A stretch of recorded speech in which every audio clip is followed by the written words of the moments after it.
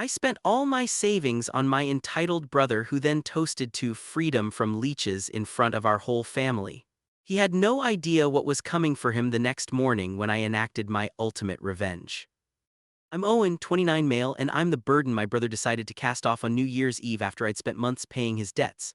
That's a heavy sentence to carry, I know. It's not a title you ever expect to be given, especially not by your own brother. But for me, it was less of a surprise and more of a confirmation of a role I had apparently been playing my entire life without ever realizing it. My story isn't about one single night of betrayal.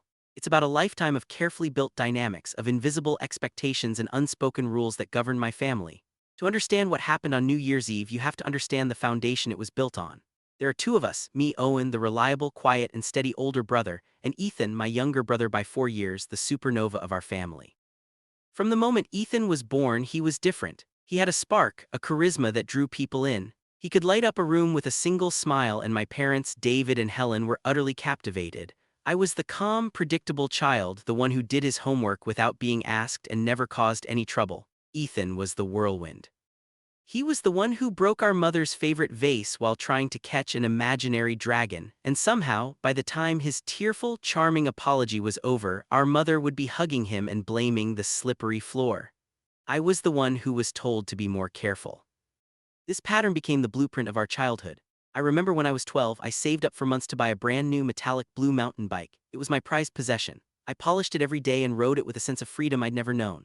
About a week after I got it, Ethan, who was 8, asked if he could ride it. I hesitated. He was too small for it, and I was worried. My mother overheard and chimed in with her usual refrain, "Oh, Owen, don't be selfish. Let your brother have a turn, family shares." Reluctantly, I agreed. An hour later, Ethan came back, bawling his eyes out, dragging the bike behind him. The front wheel was bent into a figure 8, the frame was scratched, and the handlebars were twisted. He tried to ride it down the steepest hill in the neighborhood and crashed. When my father saw it, his first reaction was to comfort the crying Ethan. My mother checked him for scrapes.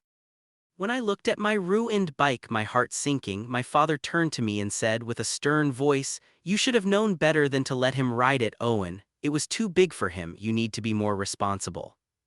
I stood there, stunned into silence. Not a single word of blame was directed at Ethan. In the end, I had to use the rest of my savings plus my allowance for the next 3 months to help pay for the repairs. Ethan got ice cream for being so brave.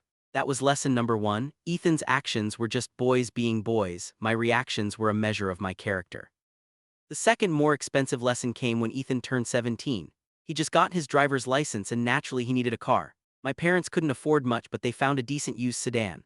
They couldn't get the loan on their own, so they looked to me. I was 21, had just started my first job as a junior accountant, and had a small but pristine credit history. "Just co-sign, Owen," my dad had said, clapping me on the shoulder. "It's just a formality.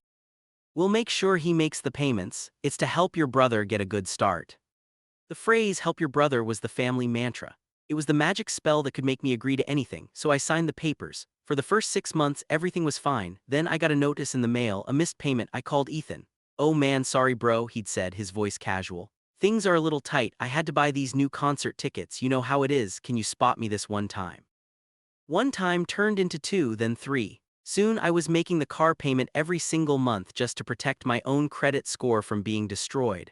When I brought this up to my parents, my mother would sigh. "He's just finding his feet, honey. He's young, you're stable, you have a good job, you can afford to help him. That's what family does." My stability wasn't a choice. It was a requirement. I had to be stable because Ethan wasn't. I had to be responsible because he wasn't. My entire life was structured around being the safety net for my charismatic, reckless, and beloved younger brother. I became an accountant because I was good with numbers and valued security, but a part of me knew I was also subconsciously preparing for a lifetime of bailing Ethan out, and he in turn seemed to be preparing for a lifetime of needing it. This was the stage set over decades of small and large injustices, upon which the final act was about to play out. The year leading up to that fateful New Year's Eve was the year the cracks in the foundation began to show, at least for me. Ethan, at 25, decided his part-time job at a local music store was stifling his creative genius. He quit to pursue his dream of being a full-time musician and DJ. My parents called it brave and inspiring. I called it what it was, a one-way ticket to financial disaster with me as the conductor. His career began with a series of massive purchases. A new laptop powerful enough to run a small country, state-of-the-art DJ decks, speakers, and a mountain of other equipment. He funded this with credit cards, of course, under the assumption that his first big gig was just around the corner. When the bills started rolling in, his phone calls to me became more frequent. "Owen, my man, I need a little help," he'd start, always with that charming, casual tone. "The landlord is being a real pain about rent." As an accountant, I live and die by spreadsheets. I have one for my personal budget, my investments, my retirement plan. Out of a grim sense of necessity, I created a new one, the Ethan expense. In January, it was a few $100s to cover his rent. By March, I was paying his entire rent. In June, I paid off a credit card of his that he'd maxed out on essentials, which after a bit of digging I found were mostly charges from expensive restaurants and clothing stores. "You have to look the part to get the gig, bro," he'd explained, completely unapologetic. "It's an investment in my brand." He wasn't investing in a brand, he was funding a lifestyle. While I was working 60-hour weeks during tax season, he was posting pictures on social media from midweek parties, weekend trips to the city, and festivals I could only dream of affording. Each post felt like a small slap in the face. There was my money, my hard-earned savings, being converted into a cocktail in his hand or a new designer jacket on his back. The breaking point for my finances and my sanity came in October. Ethan called me in a panic. He was more frantic than usual, his voice tight with real fear. "Owen, I messed up big time." He explained that he had taken a business loan from a friend of a friend to purchase what he called premium software and sound kits. It wasn't a business loan, it was a personal loan from a very intimidating individual, and it was due. The amount was staggering, $5,000. "If I don't pay him back by the end of the month, he's going to take my gear," Ethan pleaded. "My whole career, Owen, it'll be over before it even starts. Please, you're the only one who can help me." I felt sick. $5,000 was a huge portion of my emergency fund, the money I had painstakingly saved for a down payment on a small condo. It was my future, my own dream. I spent 2 days in a state of agonizing indecision. My head screamed no. It was a clear, logical, and self-preserving answer. But my heart, conditioned by 29 years of being the responsible older brother, was at war with my brain. I decided to talk to my parents, hoping for once they would see the severity of the situation. I laid it all out for them in their quiet living room, my voice trembling slightly as I explained the pattern of spending, the car payments, the rent, and now this. My mother listened with a pained expression. When I finished, she wrung her hands and said, "Oh, Owen, he just gets in over his head sometimes. He has such a big heart, but he's not practical like you are." My father, ever the pragmatist in his own way, looked at me sternly. "So what's the alternative?" he asked. "Are you going to let your brother get into real trouble over this? Let some tough guy take his equipment. He's family, you have the savings, it's what you do for family." There it was again, the mantra, the spell, it's what you do for family. They weren't telling me to help him, they were telling me it was my duty. My savings weren't my own, they were a family resource, a community fund to be used whenever the golden child stumbled. My own dream of a condo, of a future I was building for myself, was secondary. I left their house that day feeling hollowed out. I transferred the $5,000 to Ethan's account. He sent back a text that just said, "You're a lifesaver, bro, I owe you big time." I knew with a certainty that chilled me to the bone that I would never see a penny of it again. The Ethan expense spreadsheet now had a total at the bottom that made my vision blur. Over the course of a single year, I had given my brother more than $15,000. And as I stared at that number, a tiny, cold part of me began to wonder what would have to happen for it to finally stop. The air on New Year's Eve was thick with the scent of pine from the Christmas tree still standing in the corner and the savory aroma of my mother's cooking. My parents' house was buzzing with the cheerful energy of their annual party. Aunts, uncles, cousins, and old family friends led, their laughter echoing off the walls. On any other year I would have felt a sense of warmth and belonging. This year I just felt cold. I hadn't wanted to come. The very thought of celebrating felt like a lie. Every day for the past 2 months since the $5,000 loan, I had felt a growing chasm between my family and me. They saw a thriving young man pursuing his dreams. I saw an emotional and financial vampire who was slowly draining me of my own future, but skipping the party was not an option. It would be an insult, a statement, and I wasn't ready for the questions that would follow. So I put on a fake smile, a nice sweater, and walked into the lion's den. Ethan was in his element. He was holding court in the center of the living room, a drink in one hand, gesturing wildly with the other as he told some animated story. People were laughing, hanging on his every word. He looked happy, carefree, and successful. He was wearing a new, expensive-looking jacket, one I was sure I had paid for. He caught my eye from across the room and gave me a quick, dismissive nod before turning back to his audience. There was no "thank you" in that nod, no acknowledgement of the sacrifice I had made. It was the nod you give to a waiter who has just filled your water glass. I retreated to the kitchen, seeking refuge in small talk with an elderly aunt about her garden. I nursed a single glass of sparkling cider, feeling like a ghost at the feast. Around 11:45 p.m., as the energy in the house began to build towards the midnight countdown, my phone buzzed in my pocket. I pulled it out, assuming it was a Happy New Year text from a friend. It was from Ethan. He was still in the living room, not 30 feet away from me. The message was short, brutal, and devoid of any of his usual charm. It read, "You're just a burden, stay away." I read it once, then twice. My brain struggled to process the words. A burden. The word slammed into me with physical force. After everything I had done, every check I had written, every sleepless night I had spent worrying about his bills, his rent, his safety, I was the burden. My first instinct was confusion. Maybe he'd sent it to the wrong person. I looked up, my eyes scanning the crowd until I found him. He was looking right at me. There was no mistake in his eyes. There was a coldness, a hardness I had never seen before. He held my gaze for a moment, then gave a tiny, almost imperceptible shake of his head, a look of utter disdain on his face before turning away. In that moment, the carefully constructed dam of denial I had lived behind for years didn't just crack, it shattered.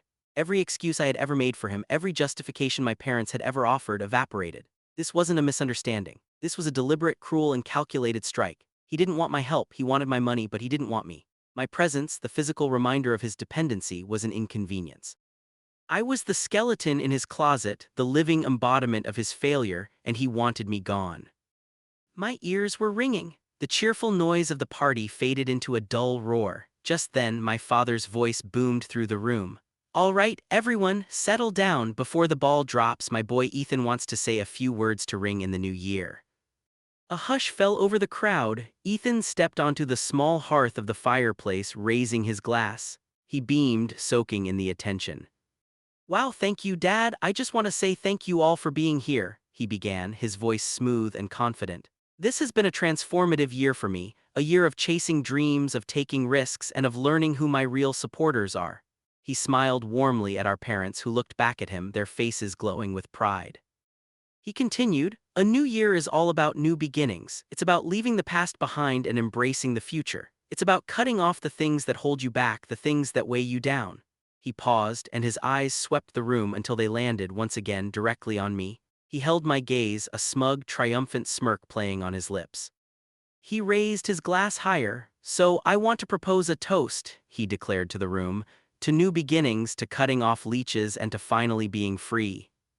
The room erupted in cheers. "Hear, hear! Happy New Year!" People clinked their glasses together. My own parents were clapping the loudest, my mother wiping a tear of pride from her eye. They had heard new beginnings and freedom. They hadn't seen where his eyes were pointed. They hadn't seen the poison in his smile. But I had leeches. He had called me a leech to my face, in front of my entire family. I, who had worked tirelessly to keep him afloat, was the parasite in his story. I didn't move, I couldn't breathe. I just stood there, frozen in the kitchen doorway as the clock struck midnight and the room filled with the joyous sounds of Auld Lang Syne.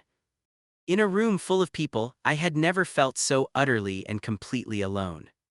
The sounds of Happy New Year and popping corks were a distant, distorted buzz. My body felt like it was encased in ice. The text message was a burning brand on my phone's screen, and the word leeches was a repeating echo in the sudden silence of my mind. For a moment, I imagined screaming. I imagined walking into the center of the room, holding up my phone and showing everyone the text. I imagined shouting the total from the Ethan expense spreadsheet until my throat was raw. But I did none of those things. A lifetime of being the quiet, responsible one doesn't just vanish in a flash of anger. Instead, a different emotion began to crystallize in my chest, something colder and heavier than rage. It was resolve. It was the chilling calm that comes after the storm, when the destruction is absolute and there's nothing left to save. He hadn't just insulted me, he had liberated me. He had severed the final thread of obligation that had bound me to him. I didn't say goodbye to anyone. I slipped out the back door into the biting cold of the January night. The frigid air was a welcome shock, clearing my head. I walked to my car, my movements stiff and automatic. As I drove away from the warm, glowing house, I didn't look back. There was nothing there for me anymore. The drive home was quiet. I didn't turn on the radio. The silence was my sanctuary. In that silence, the plan began to form. It wasn't a product of rage or a desire for petty revenge. It was a product of accounting. It was a simple, logical balancing of the books. Ethan had declared me a burden and a leech. He had declared his freedom. I was merely going to help him achieve it. When I got back to my small, quiet apartment, the place that my dwindling savings was supposed to help me leave, I didn't pace or storm around. I went to my home office, a small desk in the corner of my living room, and turned on my computer. I was an accountant. I deal in facts, figures, and legal documents, and I had a file for everything. I opened a folder labeled Ethan's car. Inside were the scanned copies of every document related to the used sedan he was so proud of. There was the original loan agreement, the one my father had called a formality. I read through the fine print, my eyes scanning the legal jargon with professional precision. My name wasn't just on the loan as a cosigner. To get the approval, the bank had listed me as the primary borrower. Legally, the car was more mine than his. Next, I opened my banking app and filtered the transactions. I exported a year's worth of payments made to the auto loan company, 18 consecutive payments, all drawn directly from my checking account. I had the proof. I had the legal standing. My fingers flew across the keyboard. I searched for 24/7 towing services in my city. The first result had a bold, reassuring banner: fast, reliable, anytime. I picked up my phone, my hand perfectly steady. A gruff voice answered on the second ring. "Towing, what's your location?" "Hello," I said, and I was surprised by how calm and even my voice was. "I'd like to arrange for a vehicle to be repossessed." "You the lien holder?" the man asked. "I am the primary borrower on the loan, and I have been making all the payments. The secondary borrower is in default of his verbal agreement to pay," I stated, using the language of contracts and obligations. It felt clean. It felt right. "The car is currently parked on a public street." I gave him the address of my parents' house. I gave him the make, model, and license plate number. I emailed him a copy of the loan document and my driver's license as proof of identity. "Got it," the man grunted. "It'll be about 90 minutes. We'll need payment up front for a private repo like this." "That's fine," I said. I read my credit card number out to him, the same credit card I had used to pay for Ethan's essentials back in June. There was a certain poetry to that. He confirmed the payment and told me the vehicle would be taken to their impound lot. He said they would leave a standard impound notice on the street where the car was parked. After I hung up, I sat at my desk for a long time, staring at the wall. I didn't feel triumph. I didn't feel glee. I felt a profound and overwhelming sense of quiet. It was the quiet of a ledger finally balanced. The quiet of a long, painful chapter coming to a close. Ethan wanted freedom from his burden. As of tonight, he would have it. I woke up on New Year's Day to the pale winter sun filtering through my blinds. For the first time in over a year, I had slept through the entire night. There was no jolt of anxiety at 3 a.m., no mental calculation of debts and deadlines. There was just a deep, still quiet. It was the first day of the new year, and it felt like the first day of a new life. I made myself coffee and sat by the window, watching the empty street below. I knew the call was coming. It was as inevitable as the sunrise. I had spent the early morning preparing for it, not with anger but with the meticulous order of a man who finds comfort in facts. I had logged into my banking portal and printed out every single transaction I had made on Ethan's behalf for the past 2 years. The car payments, the rent transfers, the credit card bailouts. I put them all in a neat stack on my coffee table. It was a monument to my own foolishness, but it was also my defense. The phone rang at precisely 9:47 a.m. It was Ethan. I let it ring 3 times before answering, taking a slow, calming breath. "Hello," I said, my voice neutral. "Owen, my car is gone," he yelled, his voice a frantic screech of panic and disbelief. "Someone stole my car. I came out this morning and it's just gone. We have to call the police. What do we do?"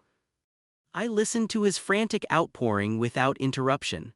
I could picture him perfectly, standing on the curb outside our parents' house, his hair a mess, his face pale with shock, still in his party clothes from the night before.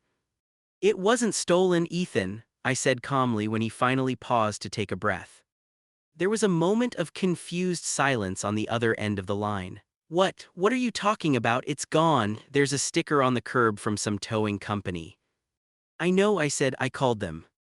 The silence that followed was heavier and more profound than the first. I could almost hear the gears turning in his head, the confusion warring with a dawning, horrified understanding.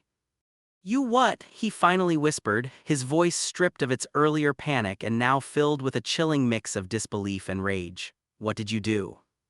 "I had the car repossessed," I stated, keeping my tone level and factual. "Legally, I am the primary owner of that vehicle. I have made the last 18 payments on it by myself. You have not contributed a single dollar towards it in a year and a half. I decided I no longer wish to provide you with a free car." You can't do that," he sputtered, his voice escalating back into a yell. "That's my car, you co-signed, you're supposed to help me." "No, Ethan," I said, and my voice was harder now, the years of repressed frustration finally adding a steel edge. "I am not supposed to do anything. I have a copy of the loan agreement. I have proof of every payment. I also have a text message you sent me last night. Do you remember what it said?" He was quiet again. He knew exactly what it said. "You called me a burden, Ethan," I continued, my voice low and clear. "You toasted to being free from leeches. I decided to grant your wish. You are now free. The car is at the All-City impound lot on the industrial side of town. To get it back, you will need to pay the towing and storage fees. You will also need to pay the loan company the full remaining balance of the loan, which is just over $6,000. I have already informed them that I am relinquishing my interest in the vehicle pending your payment. It is now entirely your problem." "My problem?" he shrieked. "I don't have $6,000. How am I supposed to get to my gigs? You've ruined me. You've actually ruined me." "Then I guess you'll have to get a job," I said. "A real one, like the one I work at, to pay for my own expenses and yours." "You're supposed to be my brother," he shouted, his voice cracking with a mix of fury and pathetic desperation. It was his trump card, the one he had played his entire life. But it didn't work anymore. The spell was broken. "You told me to stay away, Ethan," I replied, the words falling like chips of ice. "So I am. Consider this me staying away." I hung up the phone. I didn't slam it down. I just pressed the red icon on the screen and placed the phone back on the table next to the stack of papers. The quiet returned to my apartment. It was no longer just the absence of sound. It was the sound of freedom. The aftermath was exactly as I had predicted, swift and volcanic. Less than 10 minutes after I hung up on Ethan, my mother called. I ignored it. A minute later, my father called. I ignored that too. I knew what they would say, and I wasn't ready to hear their panicked, guilt-inducing words. I needed to let my decision settle, to let the silence in my apartment fortify me. But they were persistent. The calls and texts became a relentless barrage. My mother's texts were pleading and emotional. "Owen, please call me. Ethan is hysterical. We have to sort this out." My father's were blunt and demanding. "Call me now. You've gone too far." After an hour of this, I knew I couldn't avoid it forever. I sent a simple text to both of them. "I will come over at 2 p.m. to discuss this. We will talk then and not before." The message had the desired effect. The calls stopped. It gave me a few hours to prepare my case. I took my stack of printed bank statements, credit card bills, and the loan agreement, and I placed them methodically into a sleek black binder. On the first page, I placed a printout of the text message from Ethan. "You're just a burden. Stay away." It would be my opening statement. When I walked into my parents' house that afternoon, the atmosphere was funereal. The remnants of the party had been cleaned up, but the air was thick with tension. My parents were sitting on the living room sofa, their faces grim. Ethan was pacing back and forth in front of the fireplace, his face blotchy and red from crying or rage or both. He stopped when he saw me and pointed a trembling finger. "There he is, the traitor. Are you happy now? Are you proud of yourself?" he spat. "Ethan, that's enough," my father said, though his voice lacked any real force. He looked at me, his eyes filled with a deep, weary disappointment. "Owen, what is this? What were you thinking, to do this to your own brother, on New Year's Day of all days?" My mother just shook her head, tears welling in her eyes. "We don't understand," she whispered. "This isn't like you. This is cruel." I didn't respond to their accusations. I walked calmly to the coffee table and placed the black binder on it with a soft thud. I opened it to the first page. "Before you tell me what you think I've done," I said, my voice steady, "I want you to see what was done to me." I pointed to the printed text message. "This is what your son, my brother, sent to me last night while he was 30 feet away from me at your party." My parents leaned forward, squinting to read the words. My mother's hand flew to her mouth. My father's face hardened, but he said nothing. "And after he sent me that," I continued, "he stood up on that hearth and gave a toast to freedom from leeches." And he looked right at me when he said it. Ethan had the decency to look away, a flicker of shame crossing his face before it was replaced by defiance. I was upset. "You've been acting all high and mighty for months." "High and mighty?" I replied, my voice dangerously low. I flipped to the next page in the binder. It was a summary sheet I had created, a master ledger. At the top it read, total financial support provided to Ethan last 24 months. Let's talk about what I've been doing for months, I said, my voice gaining strength with every word. I pointed to the first line item. Let's start with the car you're so upset about. Here are the last 18 payments totaling over $7,000, all paid from my account. Here is the $5,000 loan I paid off for you in October so your friend wouldn't take your equipment. I flipped the page. Here is the proof of payment for your rent for the last 12 months, totaling $12,000. Page after page, I walked them through it.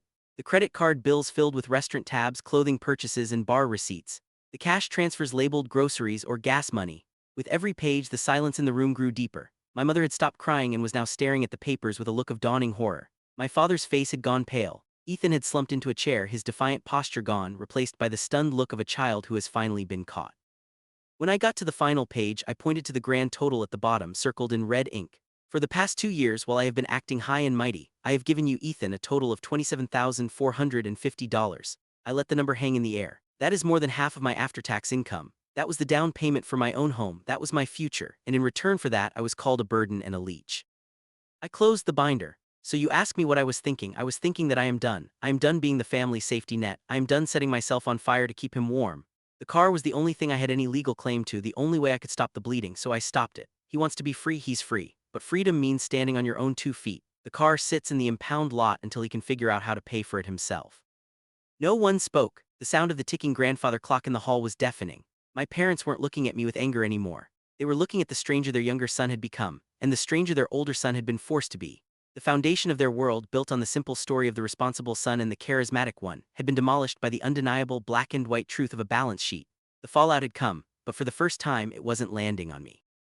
The weeks following what my family quietly began to refer to as the confrontation were the strangest of my life. The relentless stream of calls and texts from my brother ceased entirely. My parents' communication became sparse and cautious, consisting of short, stilted phone calls where they'd ask if I was okay, but carefully avoided the topic of Ethan or the car as if it were a sleeping dragon they were afraid to wake. The silence was a relief, but it was also heavy with everything that had been said and, more importantly, everything that hadn't. I learned through an aunt who was trying to act as a neutral peacekeeper that the car was still at the impound lot. The storage fees were piling up daily. My parents, faced with the hard proof of the financial black hole Ethan had created, had refused to bail him out this time. It was the first time in his life he was facing a major consequence without their immediate intervention. Apparently he had been forced to get a job, not as a DJ, but as a barista at a coffee shop. It was a humbling, shocking dose of reality for him. One evening, about a month later, I received a text from an unknown number. It was Ethan. I know I messed up, it read. I'm sorry for what I said. Can we just talk? The Owen of 2 months ago would have jumped at the chance. He would have seen it as an opening, a path to reconciliation. But I was different now. The cold resolve of that New Year's night hadn't faded. I looked at the message and I saw not just an apology but the potential start of a new cycle of manipulation. I texted back a simple reply: I accept your apology, but I have nothing more to discuss. I wish you the best. Blocking his number after that felt like closing a heavy door, and hearing it click shut brought a sense of profound peace. It wasn't about punishing him, it was about protecting myself. With the Ethan expense finally off my books, my financial situation began to transform. The money that had once vanished into his rent and debts now stayed in my savings account. Watching the balance grow week by week was like watching a wound heal. It was tangible proof of my new life. I took that first $5,000, the amount I had loaned him, in a panic, and I booked a trip. A 2-week tour of national parks out west. It was something I had wanted to do for years but had always told myself I couldn't afford. As I stood on the edge of the Grand Canyon, staring out at the vast, breathtaking expanse, I felt a sense of scale I'd never experienced before. My family drama, which had once felt like the entire world, seemed so small from up there. It was just one story, and it didn't have to be my whole story. When I returned, I felt lighter, more centered. I reconnected with friends I had drifted from, no longer having to cancel plans because of a last-minute financial emergency from my brother. I started exploring my own interests, joining a hiking club and taking a cooking class. I was discovering who Owen was when he wasn't just Ethan's responsible older brother. My relationship with my parents is still a work in progress. It's awkward and strained, but there's a new, fragile layer of respect that wasn't there before. They see me now not just as a utility but as a person with his own limits and his own life. They are finally learning to be parents to two adult sons, not just the patrons of one. The future is no longer a source of anxiety. I still have my spreadsheet, but now it's filled with my own goals: condo down payment, retirement fund, next vacation. Each entry is a step towards a life that I am building for myself on my own terms. My brother's toast on New Year's Eve was meant to hurt me, to cast me out. And it did. But in his cruel attempt to free himself from what he saw as a burden, he accidentally gave me the greatest gift I have ever received: my own freedom. Freedom from obligation, freedom from resentment, and the freedom to finally, after 29 years, choose myself. I've shared this very personal story with you all, and I have to ask, was I wrong to take such a drastic step? What would you have done if you were in my shoes, caught between family loyalty and your own self-preservation? I'm genuinely interested to read your thoughts in the comments below. After listening to today's story, perhaps it has raised some new questions in your mind. Every day on Reddit, new experiences and moments create fresh stories. We are all human. If you enjoyed this story, feel free to share it. Thank you for your time, and don't forget to keep an eye out for more stories coming soon.